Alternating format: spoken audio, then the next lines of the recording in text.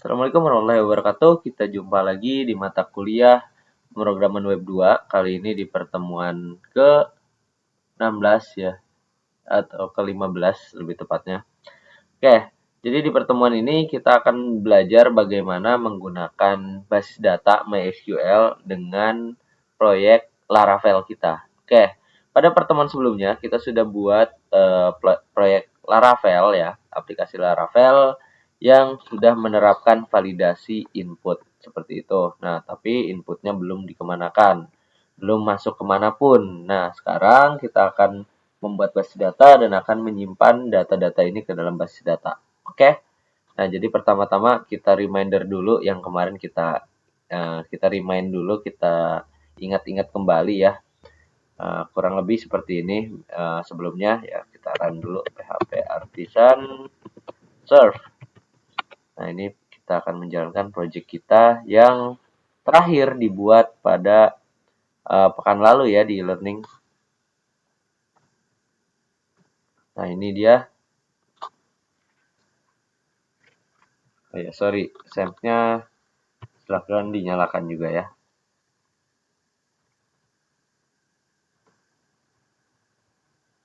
Oke, start dulu ya.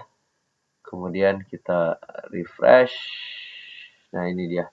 Nah, jadi kemarin kita sudah melakukan validasi di mana NIM itu harus terdiri dari minimal 11 karakter dan maksimal 12 ya. Dan nggak boleh kurang, nggak boleh lebih. Nama minimal 3 karakter. Misalnya.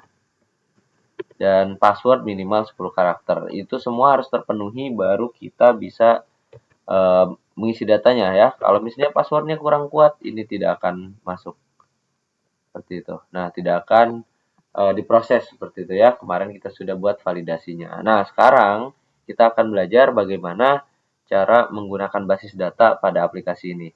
Basis datanya kita akan buat simple aja teman-teman. Jadi kita akan simpan data-data yang dikirim di form registrasi ini berupa NIM, nama, dan password. Ya, kita akan buat dia tersimpan ke dalam basis data.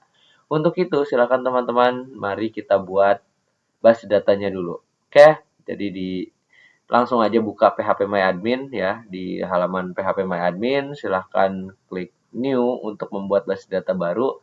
Oke, karena proyeknya adalah registrasi anggota klub ya, seperti ini.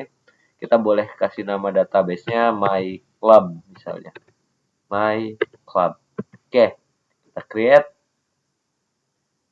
Nah, untuk tabelnya kita buat satu tabel dulu, yaitu tabel akun ya, atau akun aja seperti ini.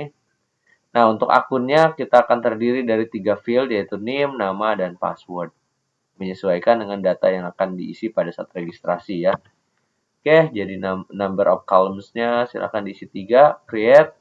Kita akan buat 3 tabel. Yang pertama adalah name, yang kedua nama, dan yang ketiga adalah password. Oke, untuk tipe datanya tiga-tiganya adalah varchar teman-teman ya. Kemudian untuk lebarnya, untuk name kita berikan saja 15. Untuk nama kita bisa beri lebih panjang, misalnya 40. Nah, untuk password, ya password itu kita perlu setting panjang ya, sangat panjang, karena nanti ini berkaitan juga dengan misalnya kita melakukan enkripsi ya, enkripsi atau hashing untuk membuat passwordnya itu menjadi lebih aman gitu ya, sehingga nanti membutuhkan ruang karakter yang lebih banyak. Mungkin boleh tempatkan sekitar 150 misalnya di sini, di kolom password untuk lengthnya.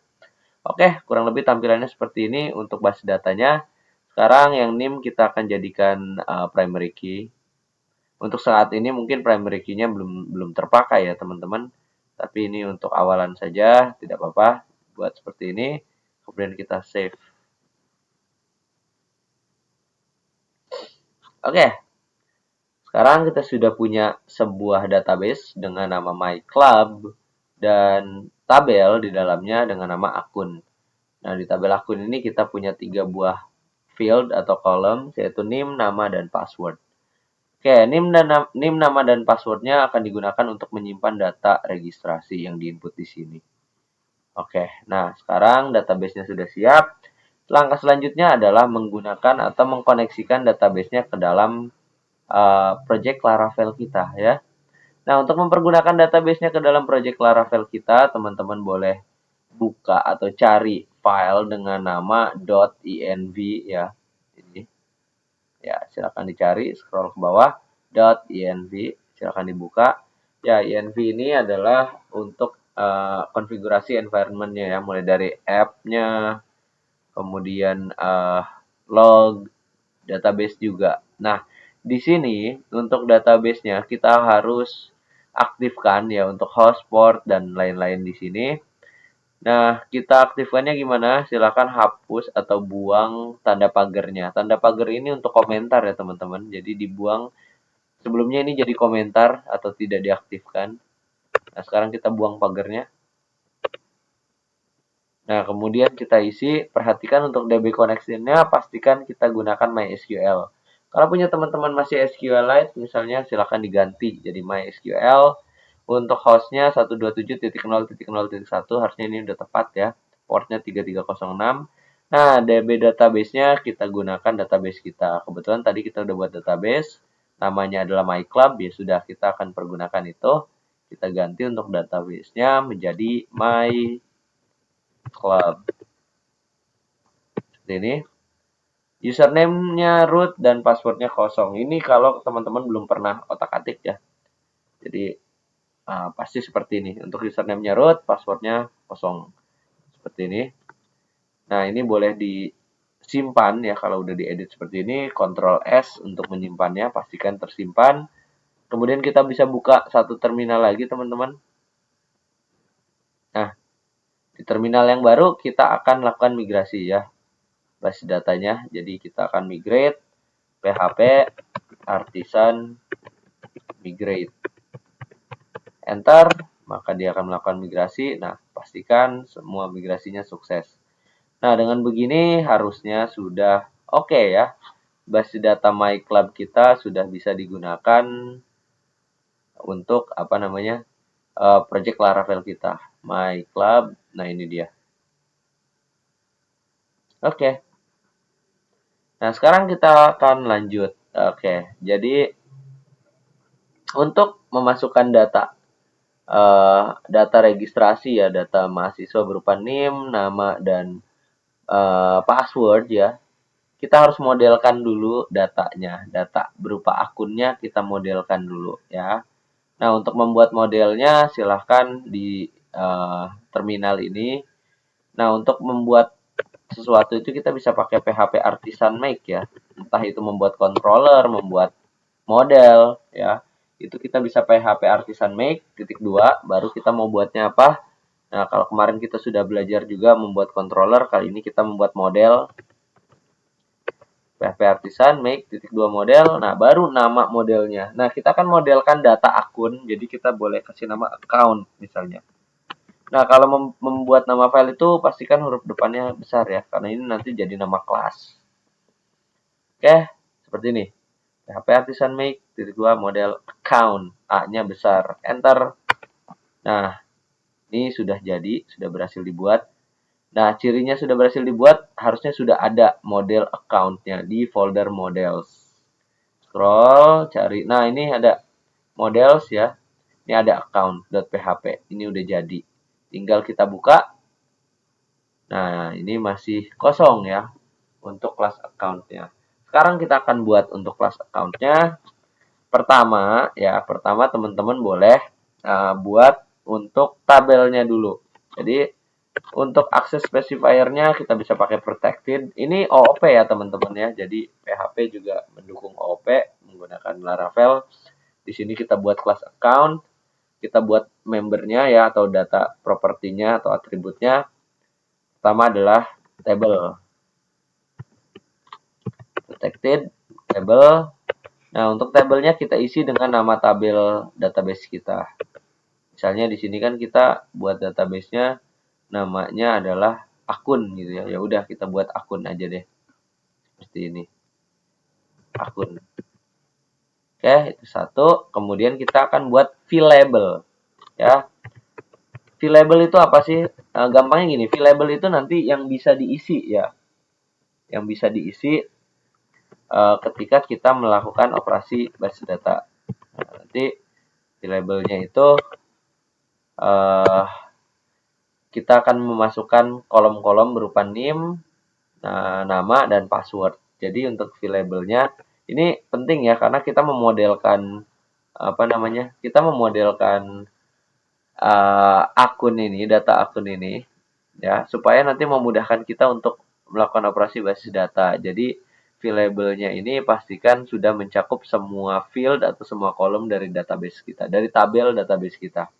Oke, jadi kita enter biar rapi seperti ini. Nah, terus kita masukkan satu persatu. Yang pertama adalah NIM, pisahkan dengan tanda koma. Yang kedua adalah nama, ya, koma juga.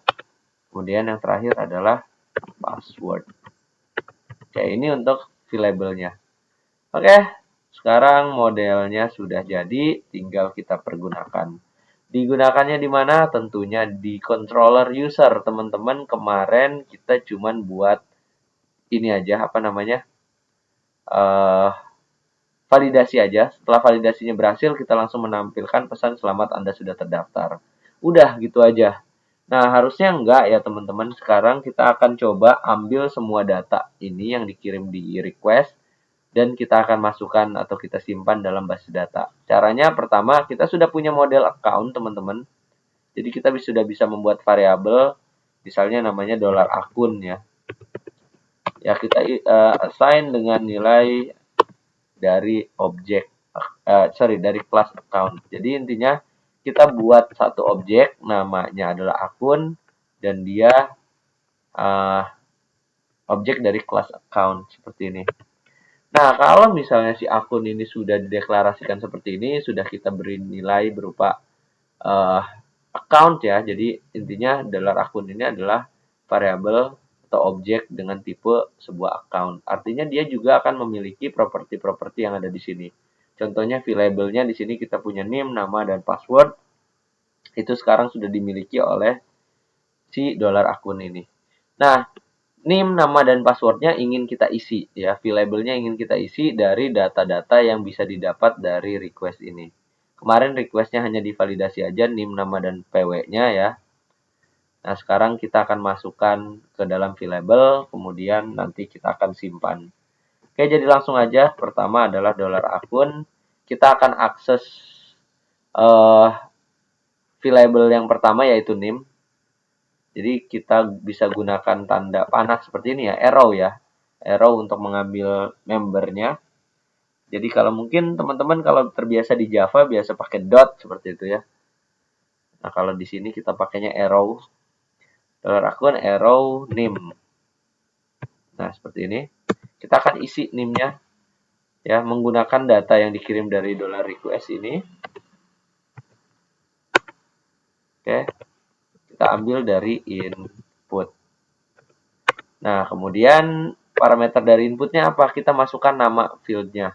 Nah, nama field-nya kalian ngelihatnya dari form-nya ya, form yang mengisi request ini. Ya, kemarin kita sudah bahas formnya itu di homeblade.php. Ini formnya dia akan ngirim ke daftar ya. Nanti root-nya ya akan mengarahkan daftar itu ke kelas user ke sini dan akan memanggil fungsi regis dan memasukkan request-nya. Seperti itu kurang lebih. Kemarin request-nya hanya divalidasi, sekarang request-nya akan kita ambil menggunakan input, kemudian masukkan di sini nama dari field-nya ya. Jadi ini bisa kita cek aja di form-nya. Nama field-nya adalah untuk name ini. Name-nya adalah name. Nah, jadi kita tulis di sini pakai kutip ya, name untuk key-nya. Lakukan hal yang sama untuk nama. Jadi akun harusnya dia juga punya member namanya nama. Nah, kita isi juga dengan $request input ya, teman-teman.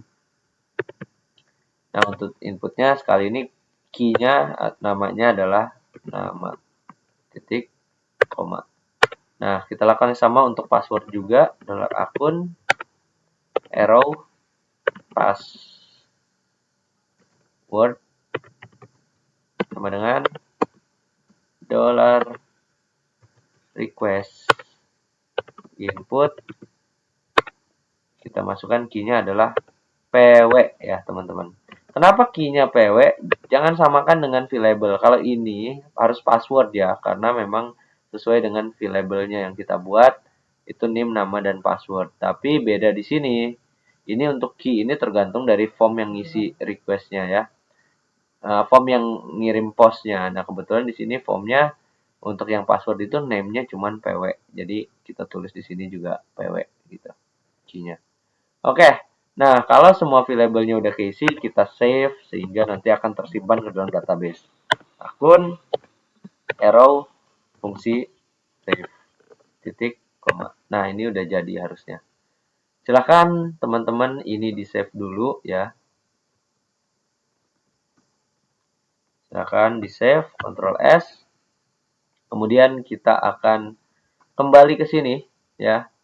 Kita refresh dulu halamannya. Kemudian kita akan isi NIM-nya. Ingat NIM-nya itu harus 11 atau 12 karakter. Jangan sampai salah. 2023 misalnya 1, 2, 3, 4, 5, 6, 7. Seperti ini. 11 karakter ya. Untuk namanya misalnya siapa ya? Namanya Tung sahur, jangan bosen. Berpatapim. Oke. Kemudian untuk passwordnya pastikan minimal 10 karakter. Misalnya di sini saya tulis passwordnya adalah admin 1, 2, 3, 4, 5, 6.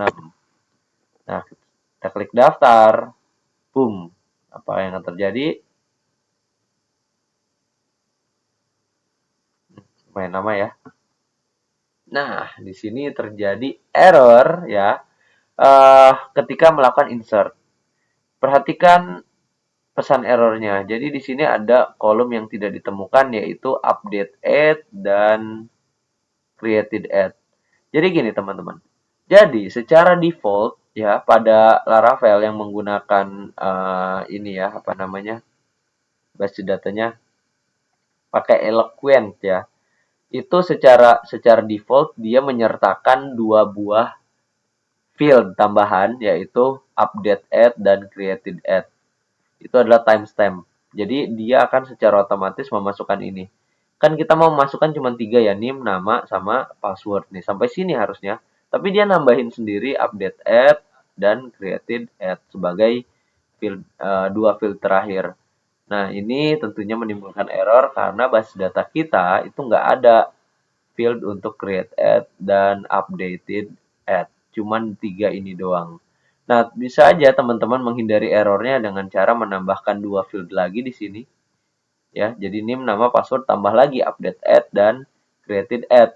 Tapi itu nggak kepake juga. Buat apa kita pakai timestamp atau waktu ya. Ini kan ada waktu tuh. Waktu diupdate dan waktu dibuat. Nah, ini nggak penting banget, nggak perlu banget di kita, jadi ini kita hilangkan aja. Gimana cara menghilangkannya? Jadi teman-teman boleh ke modelnya. Di sini kan kita sudah punya table dan VLabel, kita tambah satu lagi. Seperti ini. Nah, kali ini akses specifier-nya buat public ya. Kemudian untuk namanya adalah $timestamp. Nah, ini timestamps ya, ada 2. $timestamps. Perhatikan penulisannya. Timestamps itu apa sih? Ya ini. Waktu ini nih. Update add dan created add. Nah, ini mau kita buang. Mau kita hilangkan. Kita set jadi false aja seperti ini.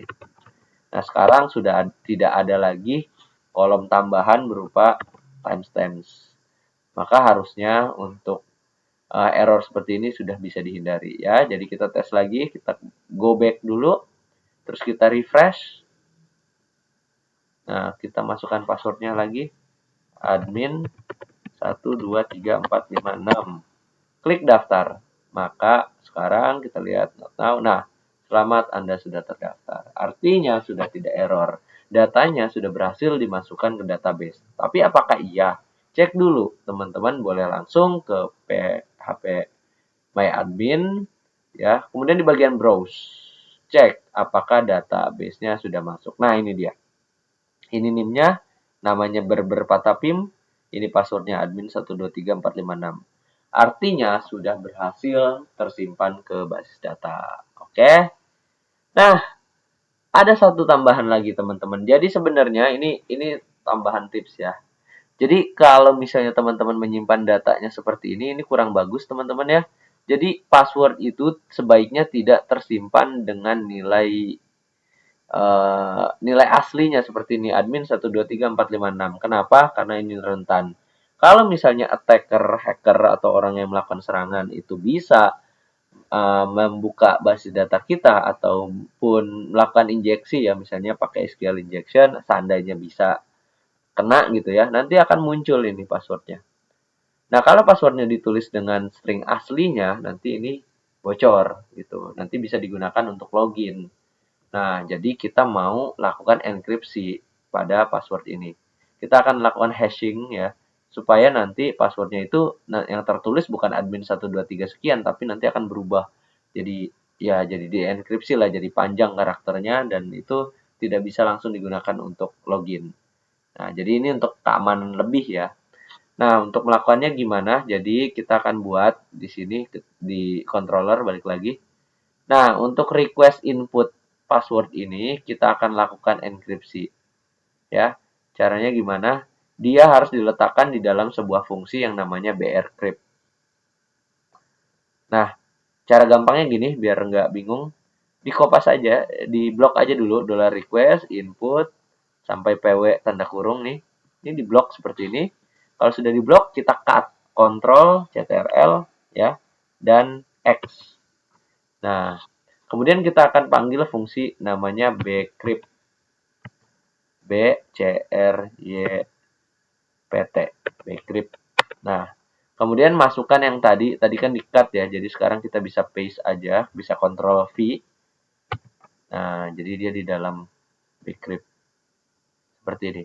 Dan ini akan membuat passwordnya terenkripsi seperti itu. Jadi sekarang kita simpan, kita akan coba sekali lagi input data yang berbeda. Oke. Jadi di sini silakan mundur, go back. Kita buat data yang lain, jadi NIM-nya boleh dibedain dikit. Namanya dibedain ya. Misalnya ini cappuccino. Cappuccino assassino. Nah, untuk passwordnya kita bedain lagi misalnya admin 123 XXX misalnya seperti itu. Nah, tapi nanti harusnya bukan admin 123 XXX yang muncul di base data. Harusnya seperti itu. Tapi kita lihat dulu. Kita klik daftar. Nah, selamat Anda sudah terdaftar. Nah, sekarang kita cek di sini. Kita refresh PHP MyAdmin-nya. Harusnya datanya sudah masuk. Yang barusan Cappuccino Assassino sudah masuk. Dan lihat passwordnya sekarang jadi panjang banget tuh. Dan ini karakternya sudah terenkripsi, tidak bisa dibaca lagi. Ini untuk meningkatkan keamanan ya. Oke, mungkin itu saja untuk materi hari ini ya. Silakan dicoba dan dibagikan hasilnya ya. Kemudian nanti kita bisa diskusi. Oke, mungkin itu saja video dari saya. Kurang lebihnya mohon maaf. Saya akhiri. Assalamualaikum warahmatullahi wabarakatuh.